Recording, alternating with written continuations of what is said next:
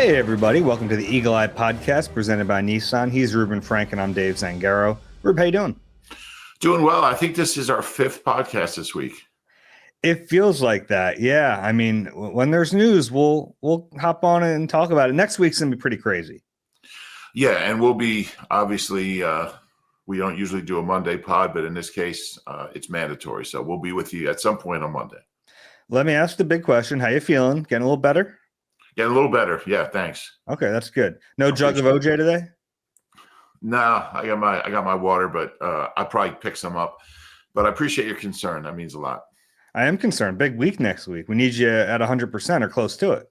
Yeah, I'm they opened my practice window, and I think I'll be all right. Okay, I'm glad about that. This is our most likely our final podcast before next week, when kind of the craziness begins. Free agency really does kick off at noon on Monday when the legal tampering or negotiating window opens, and then the actual league year begins 4 p.m. on Wednesday. That's when things can really become official and you can put pen to paper. But things really do kick off Monday at noon. Yeah, and it used to be where Monday at noon was kind of, it was still Wednesday was still the date, but I think gradually, like Wednesdays are relevant now. Like everything is getting done Monday, so I think there'll be a lot of news. Guys will be leaving, guys will be coming back. I think there'll be a lot of news on Monday. Wednesday's just kind of another day. 3 days into free agency, it's just kind of a technicality. You can actually sign the guys you've agreed to deals with. Now, I guess a player can still change his mind. We've seen that very rarely, but we have seen it. Not with Seems like once a year that happens somewhere. Yeah, but you do have, until it's signed, it's a player can change his mind, an agent, whatever, or a team. So, but that is rare. It hasn't happened with the Eagles as far as I remember. So a lot's going to happen over the next few days. I have a feeling we'll be doing a podcast before Monday. Just a hunch. Well, we'll see how that goes.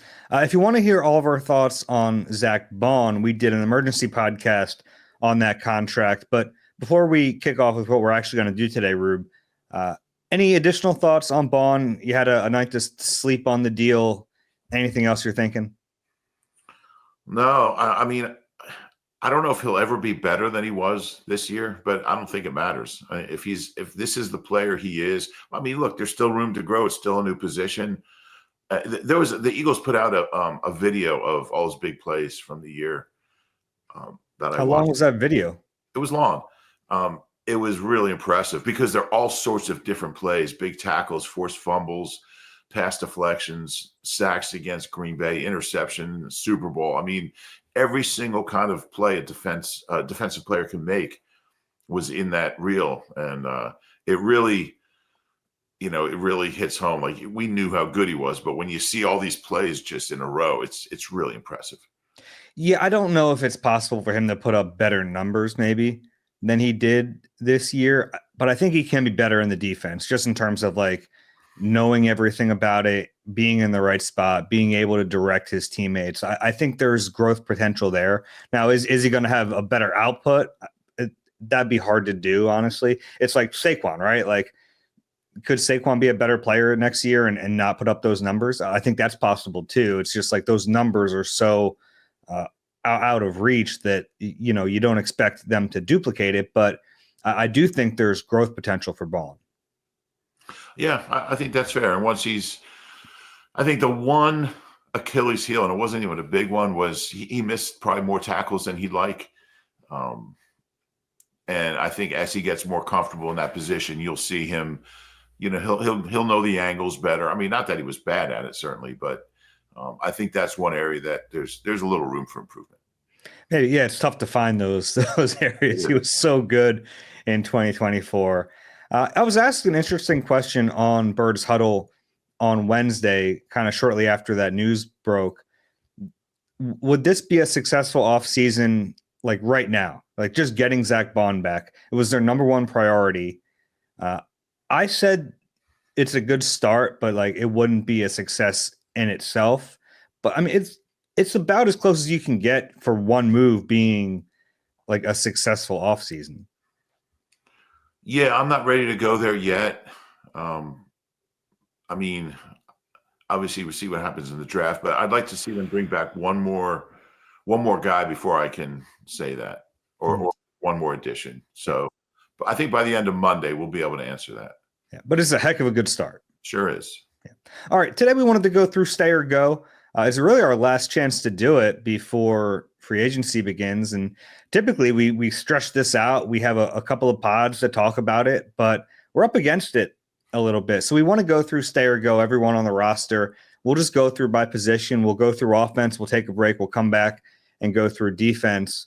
Rube, we'll start with the quarterbacks. There's a little intrigue here. Obviously, Jalen Hurts isn't going anywhere. He's your franchise quarterback, Super Bowl MVP. But the two backups behind him, we've talked about before, like you can make a case for trading one of those guys. And we actually differed in the stay or go. I had both of them staying. You had Kenny Pickett going via a trade. I could see either scenario playing out. From my perspective, I just think you have the Super Bowl winning team. We know how much they value the quarterback. Unless someone offers you like a third round pick for Kenny Pickett, I'm probably just holding on to both of those quarterbacks if I'm the Eagles. You wouldn't take a 4 for Kenny Pickett? I would, but I'm trying to view it through their eyes, right? Like, and I know how much they value that position, and they like to have 3 deep because it's like if you do have an injury at the top, well, then your third quarterback's your backup. Yeah, I agree that. I mean, they value quarterbacks, but how he values picks, and I think there's Tanner and Kenny are not redundant, but I mean I just don't think you have to have both of them, and I think they can upgrade the third quarterback without it being Ian Book. I think you bring in somebody who's better than that, whether it's a veteran or a guy off the street. But I think if you get offered, gosh, if I got offered a 4 for Kenny Pickett, I would take it in a second. Yeah, I'm just trying to look at it through their lens a little bit. And how he just drools over 4th round picks. He doesn't drool over quarterbacks? The quarterback factory? I mean, I'm not sure. Kenny Pickett played really well considering the circumstances when he was in there. I think Tanner's better, and I don't think Kenny Pickett is going to really be a huge difference maker. I mean, he did what he had to do in those 2 games. Good for him. Moving forward, I'd be fine with Tanner and someone else and a 4. And again, I'm not saying like me, Dave, personally. I'm looking at it as if I'm the organization. Me personally, like, yeah, I think trading Kenny Pickett will be a great way to make Tanner McKee your backup because I don't think they can do it otherwise. No, that's true. And so, like, I think that's a way to get him in that spot that he probably belongs. Agree. And I mean, you can't just make the change. You could, but that's not ideal. I think Kenny. I don't want to be unfair to Kenny Pickett. I think he played a little over his head in those 2 games. I don't think he's that good. I don't think he played that well. I thought he played pretty well. For a guy, first time he played in this offense, and I just think he's a guy. I think you can find Kenny Pickett's. They're falling off trees. So I want to get Tanner in that number 2 spot, get a pick for Kenny, and find somebody to be your 3. I don't know if Kenny Pickett's are falling off trees. Let me look outside. They're not falling off trees.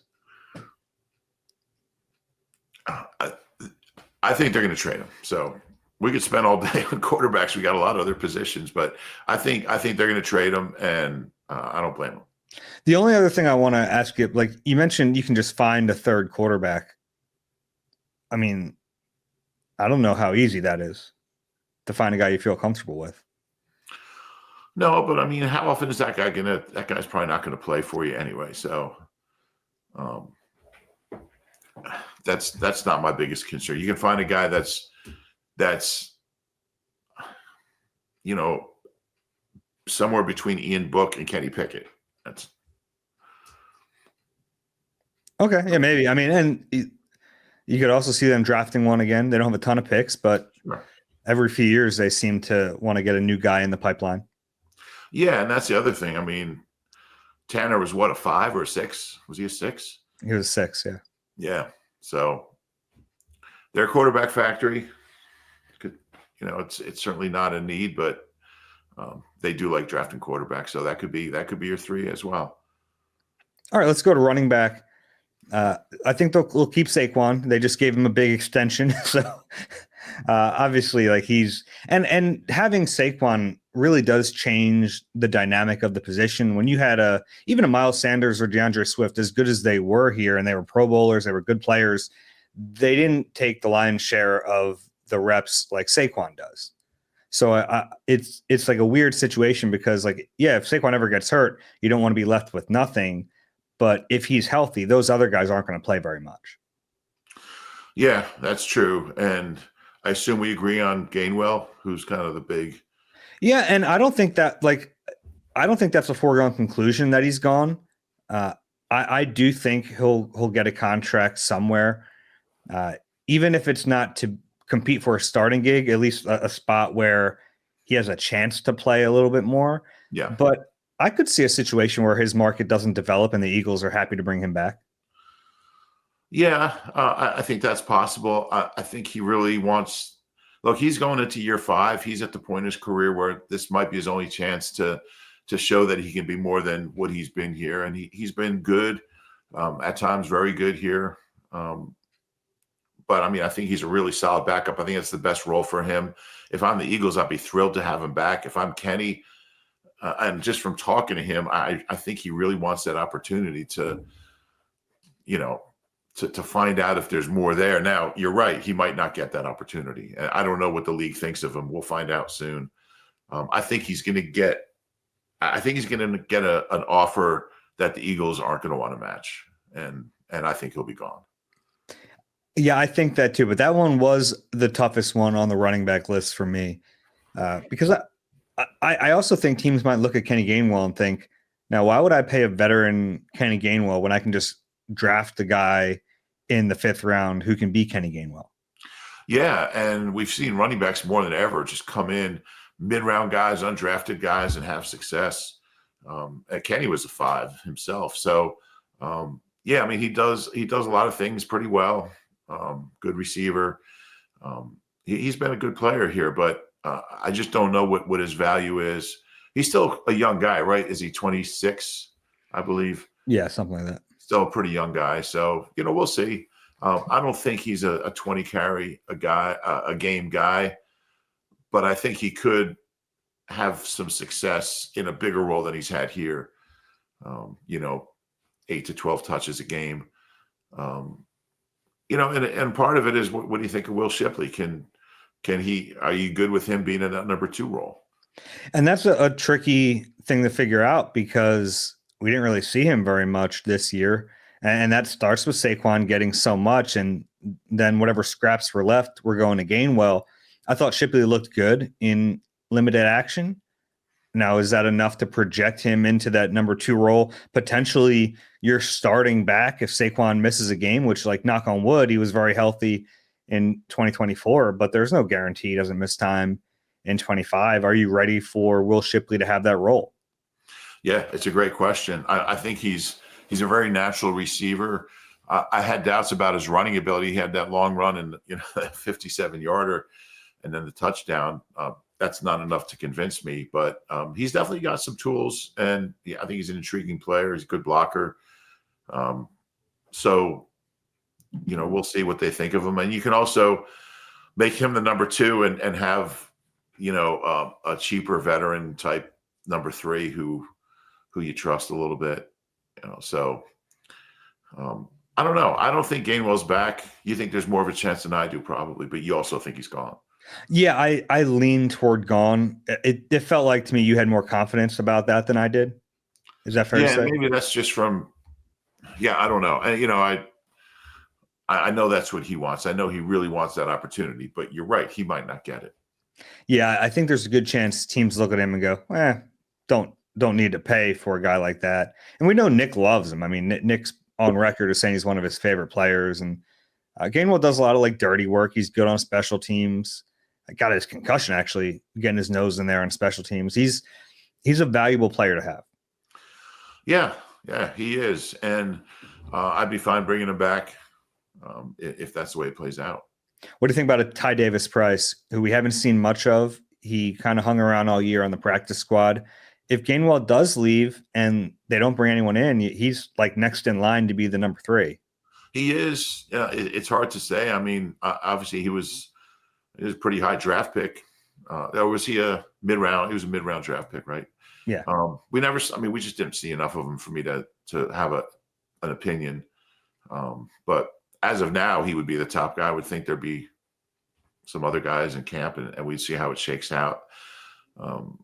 But you're right that, as long as Saquon's healthy, that, you have to look at that position totally different than we used to.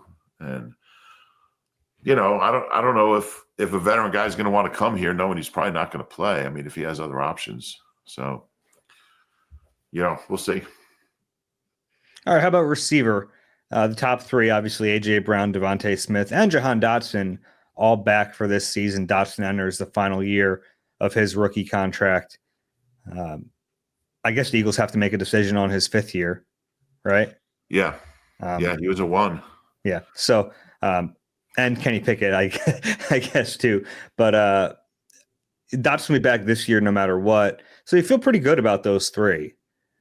After that, you have Johnny Wilson. You and I both believe he'll be back. Anais Smith, you and I differed. You had him going. I had him staying. To me, that was almost like a coin flip.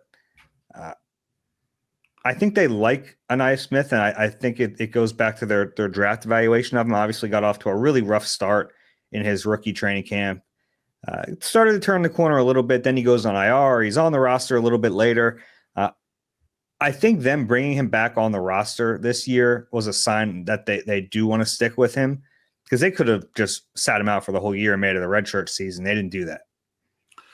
Yeah, that's all true. I just think you could do better. You can do better. I could see him being here, being on the practice squad, and maybe, getting an opportunity later in the season. I just didn't think he was ready. And now look, in that Giants game, that meaningless year-ender, he caught a couple passes and looked pretty comfortable doing it. I think he caught a touchdown. At some point, but I think he caught a touchdown in that game, right? Mm-hmm. But I think when all is said and done, it's time to write down 53 names. I don't think he'll be on that list. It doesn't mean I don't think he'll ever play for the Eagles again. I just think when the season starts, there won't be a spot for him. Now, is that because you think they're bringing other people in, or you think they have other talent that's worth keeping over him? Well, I think Johnny Wilson's ahead of him just because the size, the blocking ability. So they're already up to 4. Yeah. And they really like Johnny Wilson. And I mean, he, I'm not sure how big a receiver he's going to be, but I mean, we played like. Oh, he's pretty big. I'm sorry? He's pretty big. He's a big, tall guy. He's a great blocker. They really like him and the way he plays. He played a lot of snaps. So I have him ahead, and who knows? I think there'll be someone else. Well, Britton Covey, we both have staying. He's a restricted free agent. I don't think they're going to tender him. So it'll be like he'll become an unrestricted free agent, and he'll have the option to come back. I think they like Britton, and we'll see if he's like what the health report says on Covey. Yeah, I struggle. I went back and forth on Covey just because I think Cooper's pretty good at punt returning. Maybe not quite as nifty and elusive as, he's a different kind of returner, but I just think I think Vic really doesn't want Cooper to keep doing it. I mean, he said that pretty much. Not pretty much. He said that. He has that. Yeah. You can save a roster spot by having him, having Cooper return punts. And remember, at the beginning of last year, they really liked Covey before he got hurt in the slot, for a few snaps a game, and they were throwing the ball to him. I think Jalen likes throwing to him. They're really close, Jalen and Covey. So, I think it would be easy to say he's gone because he's not, essential, but I think they like having him, and I think they really would love to get Cooper off punt returns, and because obviously it hurt him so much this year. It really hurt his game. But I think, moving forward, I think you'd like to have him off that. I mean, you're playing with fire a little bit as far as the injury risk in that role. Yeah, I'm with you. I think it's a bad idea to just make Cooper Jean your punt returner. I think that's worth a roster spot if you can take that off his plate. Yeah, I agree. And I think Any of companies the other receivers you're kind of intrigued to see in training camp, maybe? oh Um, boy. I'm kind of excited to see a Danny Gray, Yeah. super speedy receiver, was a high draft pick. I think there's something there. I don't know if it'll show up, but Yeah, he was a third round pick of the 49ers, and he like was half the around. roster.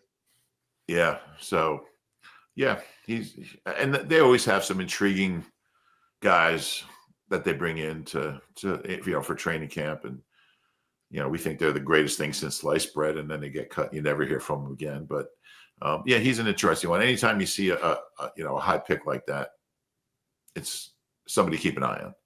And then we didn't talk about Paris Campbell, who was on the roster for the Super Bowl. Like he was around.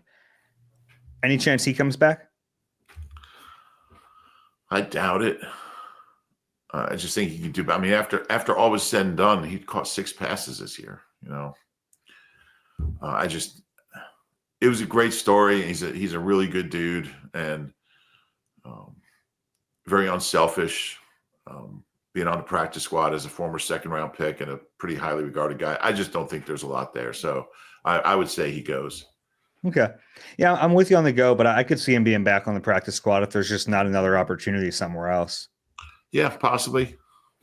It's good money. I mean, I think it's humbling. You're on the practice squad. You're a former high pick, but I mean, the money is legit. So there's no reason to, turn your back on it. All right, let's go to tight end. The question here is like Dallas Goedert and what happens, because he's kind of in a weird spot with his contract and the final year. There's no guaranteed money left, or very little guaranteed money left. It feels like there needs to be some sort of resolution with Goddard, and I don't know what it is. Yeah. He's a tricky one because, you take into account the injuries, and you take into account he might play half a season for you and miss 5 games. I mean, on the average, he's missed like 4 or 5 games a year. But you get to the playoffs, and he's really, really good every year. I mean, he's just I think it's worth keeping him, finding some middle ground there. Maybe, when all is said and done with the free agents, see if you can sign him to a 2-year deal.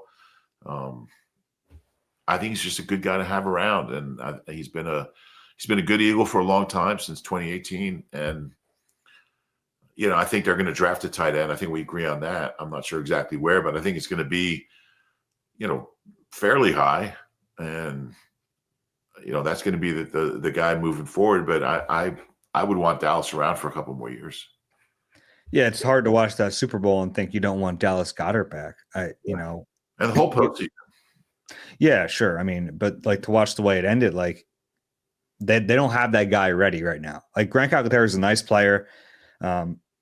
He's certainly not the dual threat that Goddard is, and that's not to say you can't have a receiving first tight end. Like there's a ton of them in the league, but what makes Goddard special is what he does in the run game, and it's been such an important piece to this offense. Yeah, it's hard to find that skill set of receiving and blocking and just leadership and locker room guy. And, we talk a lot about Jalen's trust in players, and he trusts Dallas. I mean, you see him go to Dallas early in games for big plays.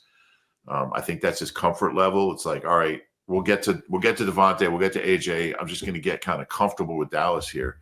He just has that trust in him, and he doesn't have that trust in a lot of guys. Mm-hmm. He hasn't in Grant Calcaterra. Yeah. And we both think he'll be back this year. No reason he wouldn't be. He's still under his rookie contract. We had every other tight end going, and that includes CJ Uzama. That includes EJ Jenkins, who to me would be the one that was like maybe the hardest decision there outside of Goddard, like because there's something there with Jenkins. Do you agree with that? There's something there. You probably have more confidence in him than me. I don't know if it's confidence. I think it's like seeing potential. That's fair. Did catch a touchdown against the Giants from Tanner. Yeah, they like him. I mean, they seem to like him. So, it's possible, but I just think they're going to have to get better at that spot. And then if you draft a guy, you have Calcaterra and you have, assuming you still have Goddard, which I think you will, there's your tight ends. Yeah, I mean, I think if they draft someone, that's bad news for EJ Jenkins. But if they don't, I think it's feasible he's back next year. Fair. Okay. Let's move to interior offensive line. Obviously, the big question here is Mekhi Becton. You and I both had him going. I don't know where you land on this one. I do think it's possible he comes back. You don't know where I landed on this one? I don't know if I understand it. You don't know where I landed on this one? Oh, Landon Dickerson. Okay. These are they're both guard. It's a good joke.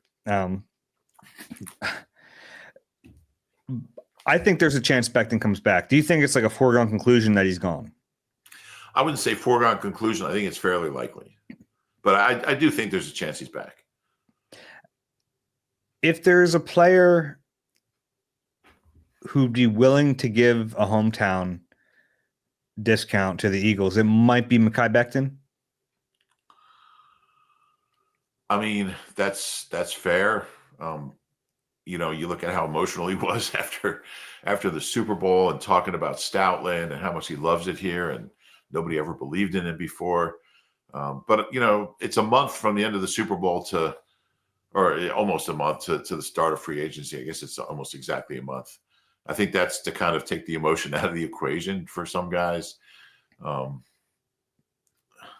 don't know exactly what his value is. I'm not convinced on Tyler Steen. I'm just not sure he's the heir apparent. He's okay.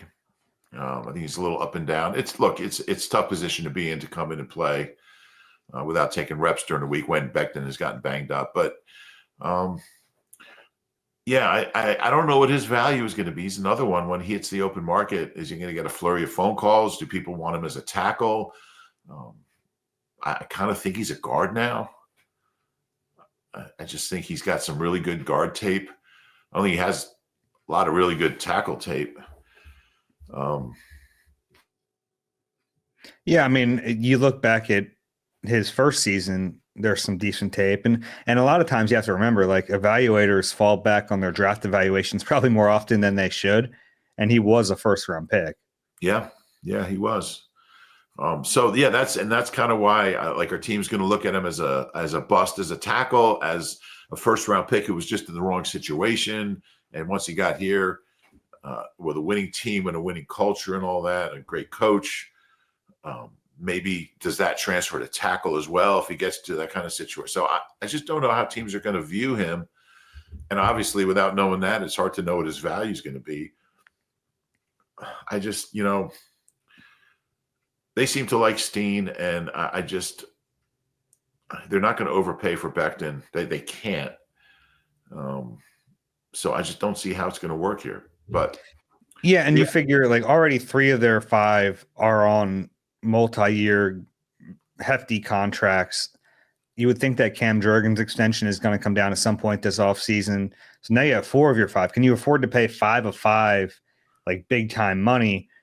And how, like, we agree, and we can agree with Jeff Stoutland that Becton was better than Tyler Steen in 2024.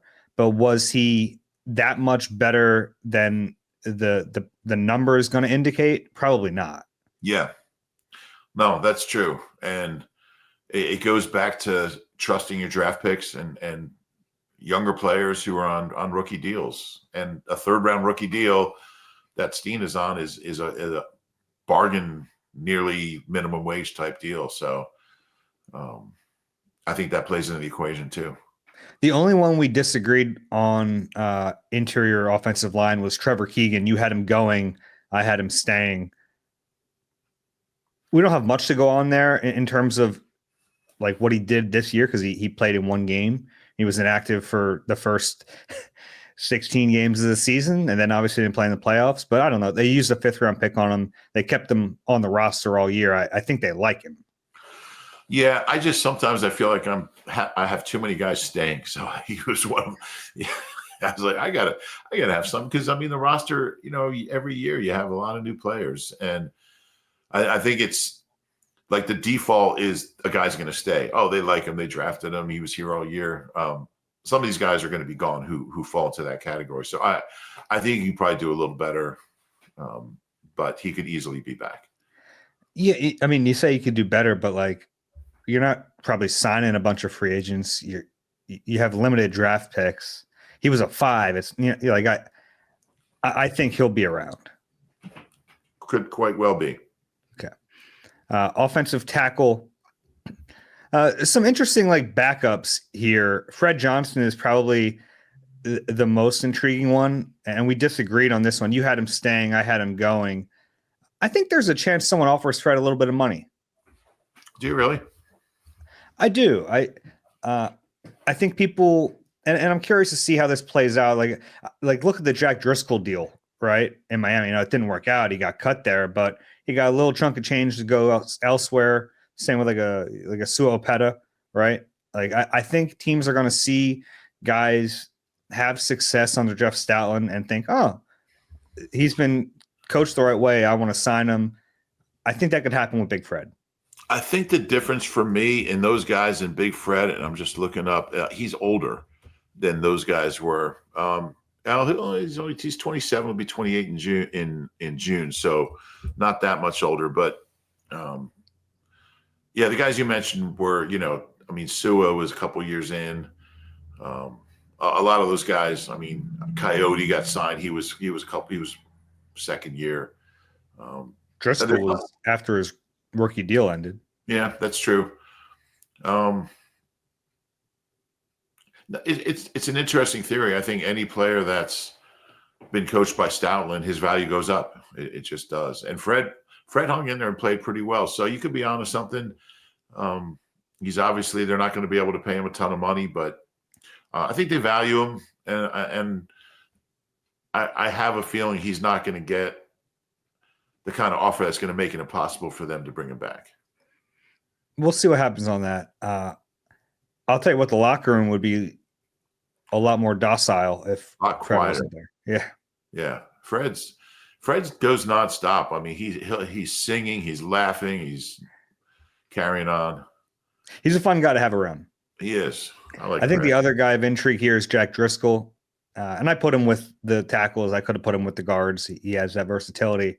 We both had him staying, and I think that's just like he ended up back here once. He'll probably end up back here again. I don't know if it'll be on the 53. He had that injury at the end of the year. He was in a walking boot, so I don't know how long he'll be out. But I don't know. They seem to like him. He ended up back here once again. He'll probably find his way back a second time. Find your way back. Yeah. No, I agree. And I mean, I don't know what the odds are that they're going to keep Fred and Jack, but I have both staying. Mm-hmm. So you made up for it by getting rid of Trevor Keegan? Yeah. You had to do something. All right, let's take a break. We'll do defense on the other side. You deserve a car that thrills you, a car that puts goosebumps on your goosebumps. At Nissan, we've got everything from turbocharged SUVs to 100% electric vehicles that'll make your heart beat faster. Experience the thrill for yourself and shop your local Nissan store and nissanusa.com today. All right, we're back on the Eagle Eye Podcast presented by Nissan. Reuben Frank, Dave Zangaro. We're doing our stay or go. Let's hop over to defense. We'll kick it off with edge rusher. We can talk about Brandon Graham a little bit, and this is a good spot to mention that our buddy Derek Gunn reported BG actually retore his triceps in the Super Bowl. I don't know what that means for his decision, if it changes anything about it. I don't know what he's going to do. Yeah, I don't know if that's like he'll interpret that as a sign from above. And I'm sure he would tell you it was worth it to play in that game. What better way for an all-time great Eagle to leave with a second ring and getting back on the field and being a part of it? It's hard for me to imagine taking everything into account, his age, the injuries, the championship. He has other interests. There's other things he's good at. Hard to imagine for me him coming back, but he loves playing so much. I would never rule it out. And he played well. That's the did. thing. It's not like he was just a team morale guy. Like, he was playing well, and he was playing a lot of snaps. So I like that part of it. And the fact that, like, we're recording this on March 6th and we don't have a decision yet. I don't know what that means, but it feels like the longer we don't have a decision, maybe the more likely it is that he comes back. I hadn't looked at it that way. It just felt like an ending. That Super Bowl day, it felt like an ending. He would have more time to rehab this time. I don't know if he's going to need surgery again. I just don't know. He already had it. Oh, he already had the second surgery. Yeah. Okay. Well, yeah. He's got more than 11 weeks, so that's a good sign. Not that much more when you look at the calendar, but yeah, I think it's been a great run.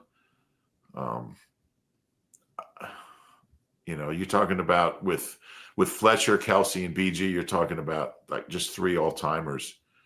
But yeah, it's crazy. The Eagles did not have a Pro Bowl player spend their entire career with the Eagles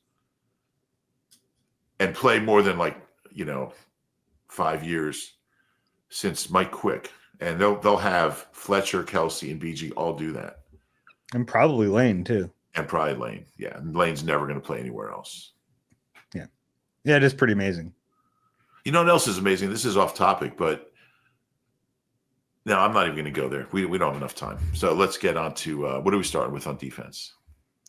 We already started. We're in it. We're in the thick of it. We're talking edge rushers. I'm just going to call it my edge rusher story here so I can – yeah, I have him going, and I think that's what's going to happen. But, with BG, nothing he does surprises you. You and I both had Josh Sweat going. I think he's going to get some decent money. Yeah. Now, we'll see. Maybe there's a depressed market. Hard to imagine after that Super Bowl, 2.5 sacks against maybe the best quarterback we've ever seen in a huge game. But I don't know. He was up and down a little bit this year. The market wasn't there for him a year ago. We know that. So possible he's back. I think we'll get to defensive tackles in a minute. I have no doubt that Milton Williams is going to get paid big time money. I have a little more doubt with Sweat. I think that's fair, and I would agree with that. I do think he is going to get significant. I mean, he's still a young guy for a 2018 draft pick.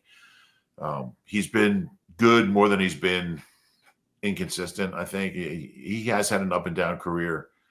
I think he's a dangerous player, and I think the league will look at it that way. And that Super Bowl isn't going to hurt. Super Bowls, I mean, we've seen so many guys have a big Super Bowl and get paid not just for it, but it certainly helps. I don't think they're going to be able to compete. And I mean, it's one of the reasons I have him taking an edge in the first round of my first mock, which is going to run sometime soon. I don't know when. Tuesday. It's going to run Tuesday. I better finish it. But yeah, I don't see a scenario where he's back. I wouldn't say it's 100%, but I feel like it's about 80. Yeah, I'm kind of with you there. Bryce Huff, you have him staying, which is probably like the wise, rational thing to do when you look at the contract and you look at they just signed him last year. I have him going. And it won't be immediate because you can't really do anything with them before June 1st. But I have a hard time picturing him back on this team in 2025. He was a healthy scratch in the Super Bowl. It doesn't appear to me like him and Vic Fangio have a very strong relationship. Vic certainly doesn't want to play him. Maybe I'm wrong here. And maybe Howie will be like, no, I believe in this guy. We're keeping him. That's possible too. But I just have a hard time picturing him back in 25. Certainly could be. I just think the fact that, I mean, the injury kind of derailed him right when he was starting to look, he wasn't great or anything, but he was starting to at least show up. He had 2.5 sacks in his 6 games before he went on IR. It's not like that's going to send him to the Pro Bowl, but at least it was something. And considering the financials and considering that they could quite likely lose BG and Sweat, I just think you gotta give him every opportunity. He's a guy who had 10 sacks in 23 for the Jets. I just think you got to give him a chance. And I think if they do make a move, it'll be during the season, maybe like if we're maybe 8 games in and it's like, you know what, it's still not happening. Let's just move on. But I think when the season starts, I think he'll be there. I think there's a potential for a move like during training camp. Okay. We'll see. That'll be a long play for us to find out who was right there. I'm sure whoever's right will remember. That's true. And whoever is wrong will try to forget it. Exactly. Defensive tackle, the big one here, Milton Williams. You and I both have him going. Oh, no, you had him staying. Okay. Did I? Yeah, you had him staying. Go ahead. I don't know what I was thinking. I don't think he's staying. I guess it was just it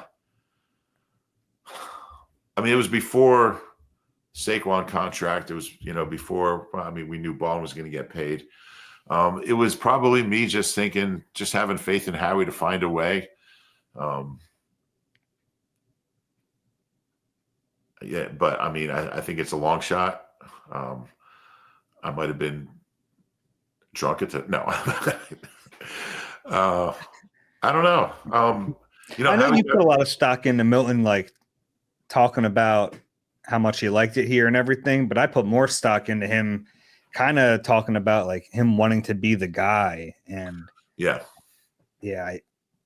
and then you see Oso Digizua get that 4-year, $80 million contract. That's the starting point for Milton. Like he's going to get more than that. Yeah, he probably will. And there's no way how he can compete with that. I guess when I wrote that, I was thinking, how he just always finds a way with a young, really good player. But yeah, and he's like kind of the prototype of someone you want to keep, right? Like still 20, he turns 26 this offseason, homegrown draft pick. He's kind of like the prototype of what you want to keep. It's just not in their situation right now.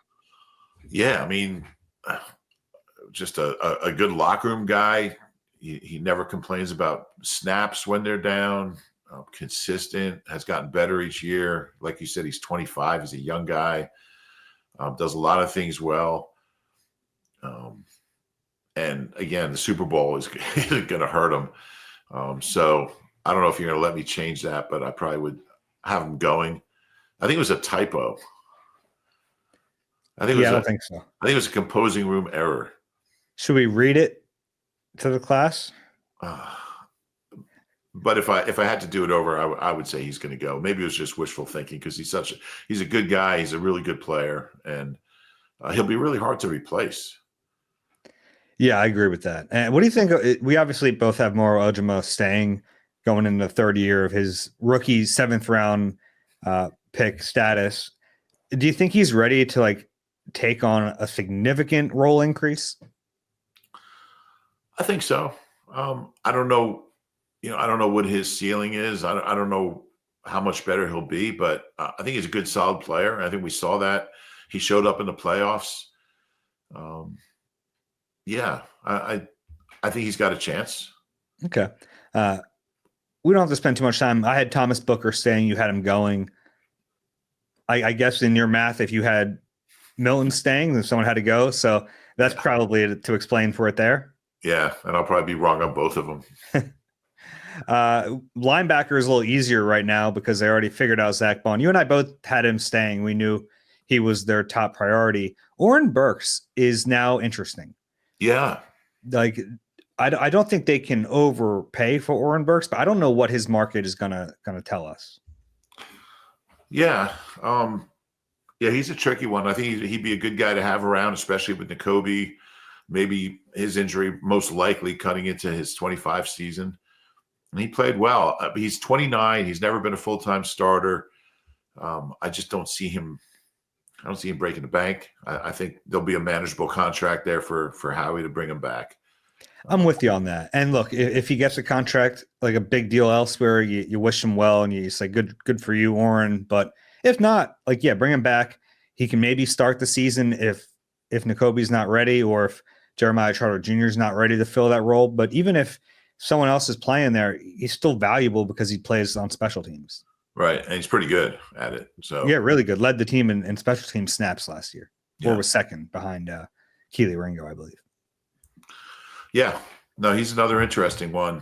I was really surprised how well he played. And I was on the record as saying I wanted to see Trotter out there. And we don't know how Trotter would have done. And Vic seemed to indicate they were fairly close. He also indicated Trotter was going to play, which he didn't. And I think that was the plan, honestly, was that Trotter was going to play until Oren was playing really well. And he figured, well, I'm not going to screw this up. Sure. Yeah. Yeah. I think Vic kind of said, he did say that. So I said, yeah, he went into it thinking we're going to split the reps. But I think we'll see what they think of Trotter. He's still young. If Oren Burks is here another year, it's not like it's going to, hurt his development or anything. He can still get better. But yeah, I'd like to see what it looks like with Trot on defense a little bit. I think it might be pretty good. Yeah. Cornerback Quinyon Mitchell, you got him staying or going? Well, I want it for the record. I did have Slay and Bradbury both going, as I'm sure you did. Yeah, we'll give you credit for that one. Before I deleted them because that hadn't run yet. I got Q staying. I agonized over that one. I'll tell you what. You just look at the analytics with him, and it's just mind-blowing how good he was. Like, we know he's good. We know he's a shutdown corner. I mean, when you look at the numbers and, yards per target and the defensive passer rating and yards after the numbers are astonishing for a young kid, for both those young kids. But for Q, I mean, I think I wrote it. I'll be shocked if he's not a Pro Bowler next year. I think he plays at the same level covering. He's got a ring, so he's got some notoriety. People know who he is now. He got votes for defensive rookie. If he gets himself 3 or 4 picks on top of all that, he's going to the Pro Bowl. Yeah, I'm with you. I agree with that. Isaiah Rodgers is now the one with some intrigue because Slay is, and honestly, we could have left Slay on there because there's a chance he could come back, but sure. With Rodgers, you and I both had him going. I think there's a chance he's back. Again, he's another one who's like really difficult to predict the market for a guy who could be a starter. Some teams might view him as like starter potential, but he hasn't been that, and he wasn't that this year. Yeah, and you have Keely, and if Vic and Howie think that if Vic thinks that Keely is close to Isaiah, there's really no reason to, because you're going to have to pay more for Isaiah. Obviously, Keely's on a rookie deal as well for 2 more years. So I just think it's a luxury that they can't afford to have. And now, if you think Isaiah is dramatically better than Keely Ringo, maybe try to find a way to do it. If the offers aren't there, I don't know. Maybe there's a team out there that looks at Isaiah Rodgers' speed and his size, his range, and his coverage ability, and says, I want this guy to compete for a starting job. That could happen. He could get paid that way. But like you said, I just don't know what his value is. They have a lot of guys in that category, don't they? It's just really tough to. Well, it's funny. All those like unique stories that made this season so much fun. Yeah. Are now really muddying the waters when it comes time to figure out what these guys are going to get paid. Yeah. Yeah, we did a Muddy Water show when I was in college. I got to hang out with him. No, that's a story for another podcast. It was one of the best days of my life. Yeah, I think it's in some podcasts already. I'm sure people know the Muddy Water story. Do you know whose piano player was Pine Top Perkins that on that tour? I don't believe I knew that. Legendary Pine Top Perkins. The one surprising corner for me on your list was you had Avonte Maddox staying. Yeah, I do, because I couldn't think of a good reason for him not to, and I think they look at Avonte Maddox a lot differently than outsiders. They love his versatility. They love his attitude. They love his unselfishness. They love his. I thought he actually played well when he had chances after that initial 4 games when he did not play well in the slot. Going into the bye. I thought after that, when he had to play, he actually played pretty well, and it wasn't a lot. But when he did get out there, he wasn't a liability. So he's a free agent. I don't think he's going to get any offers from anybody. Nobody's going to want to pay money to Avonte Maddox. You can get him cheap. He knows Vic's defense. Christian Parker loves him, says he's like his favorite player he's ever been around. And he can do a lot of things, and he can cover a lot of positions. And so it was just like, he could play safety, he could play slot, he could be in an emergency, play outside if you had to. So it's just thought, you know what? Where are you going to find all those things? And a guy who's comfortable in this defense and is well liked by his teammates and his coaches and won't cost you much. So I kept him. Yeah, I don't hate that thought process at all. I had him going, but I get where you're coming from there. And like by the end of the season, he was their top backup safety. He had passed Tristan McCollum. He had passed Sidney Brown. He was that guy. Now, I think ideally they'd like Sidney with a full off season, you'd hope would be more in the mix. And that leads us to safety.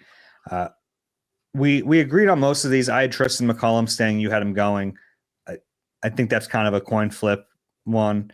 Lewis Cine, I was like, I was very tempted to keep him over Tristan McCollum for no reason other than they brought him in to take a look at him, and I'm intrigued by him. But there really is no reason to think he's going to be like a viable option for this team, other than he was a first-round pick a few years ago.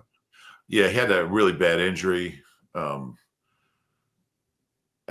hasn't been the same since. He bounced around a little bit. I almost talked myself into keeping him, and I'm sorry, I was close. Really, I really like how he's, processed with this one. They signed him late in the season. It was actually after the regular season, right? It was after the Giants game. It was in January. Yeah, they signed him with no intention of him playing, just to get him in the building, get him in the meeting rooms, get him familiar with the coaches, with the thought that maybe next year, maybe you have something. Like you said, he's a former first-round pick. I think he was the last pick in the draft. I think he was 31 or 32. He was 32. 32. He's still a first-round pick. So maybe, it's a move that doesn't cost you anything. You bring him back. I think he's a futures guy, right? He signed a futures contract. No, actually. So was he signed? The futures are for guys who aren't on a team by the end of the year. Futures can't be on the active roster, I don't believe. Well, he was. You're right. He was on the 53. Yeah. But yeah, it's a move that has no. You get him in the building, you get to know him a little bit. The coaches get to know him, the other players, and it's a can't lose. Now, does a guy like that really have a chance to help you in the long run? No, maybe a chance. I don't know. Yeah, but not a good enough chance for me to say he's staying. I was intrigued though. I wanted to do it. Yeah, me too. I agonized over that one. Yeah, I bet you did. All right. Actually. No, I wasn't being facetious. All right, let's answer a couple emails and then get out of here. If you have an email for us, a question, email us at eagleeyednbcuni. That's nbcuni.com. We have the QR code. You have Jake Elliott staying? Oh, the specialists? We had all three staying. That they need to re-sign Rick Lovato. Yeah, but I'll tell you what, if you asked me after the regular season if I was going to keep Jake Elliott, I would have said no. Mm-hmm. But now I'm going to say yes. Yeah. Fair enough. All right. First one is from Andrew. Hey, Dave and Rube. I know that cap numbers are always rough estimates this time of year. Can you shed any light on how the Eagles were reported to have around $18 million in cap space prior to the new cap announcement and now only have $22 million in space? The cap rose $23.5 million. I was expecting them to now have around $41 or $42 million in space. Were sites like Over the Cap already factoring in a large increase? The answer to that is yes. I mean, they knew there was going to be a big increase. They try to project what it's going to be. It was a little over that, so they just add that on. But yeah, those sites are good, and they're ready for the big cap increases. Yeah, and I mean, we knew it was going to go up. They knew it was going to go up. It wasn't. Nobody knew exactly how much. Mm-hmm. Kind of, most people will be a little less than that. Yeah. From Mike. Hey guys, Mike from Pittsburgh here. Big fan and never miss a pod.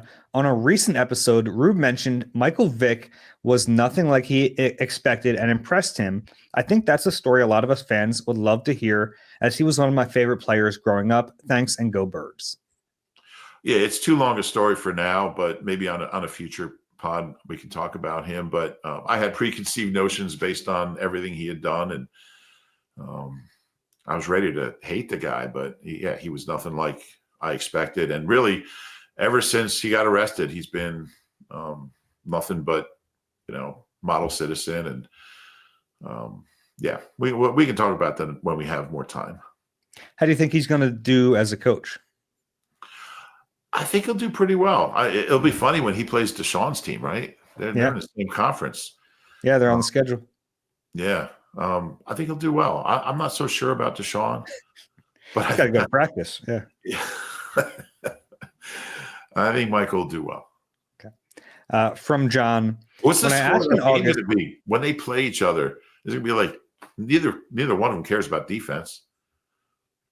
There's going to be like 4 total running plays in that game, like 130 points. Anyway, yes.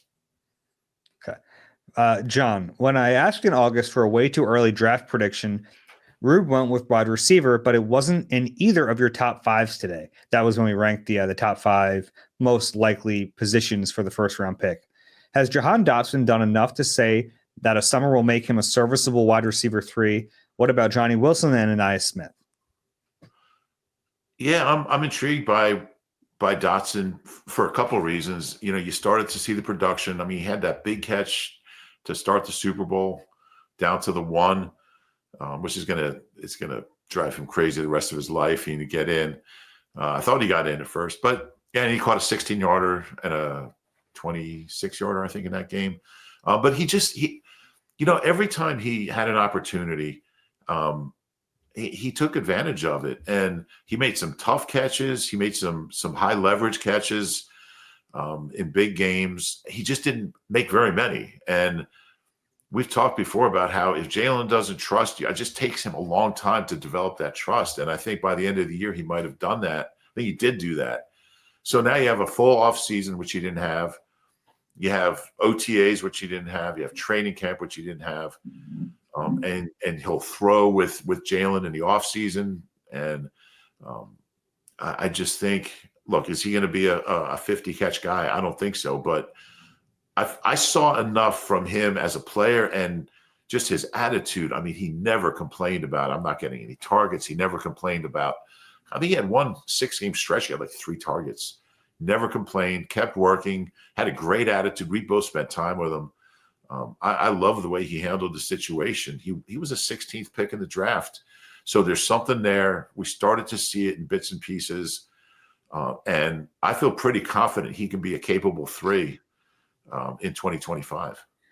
And honestly, like how infrequently they used him, knowing that he's a serviceable player, almost makes you think it's not worth spending a high draft pick on another receiver. Yeah. But if they're not going to funnel targets to him, then it's not really worth that draft capital.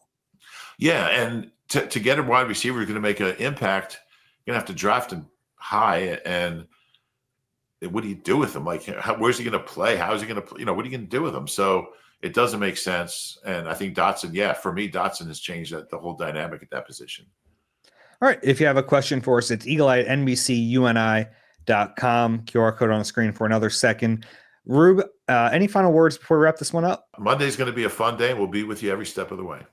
All right. If you enjoy the Eagle Eye podcast, please do us a favor, rate and subscribe wherever you get your pods. If you're watching on YouTube, please click the like button and subscribe there as well. That's it for today. For Rube, I'm Dave. This has been Eagle Eye presented by Nissan. We'll talk to you soon.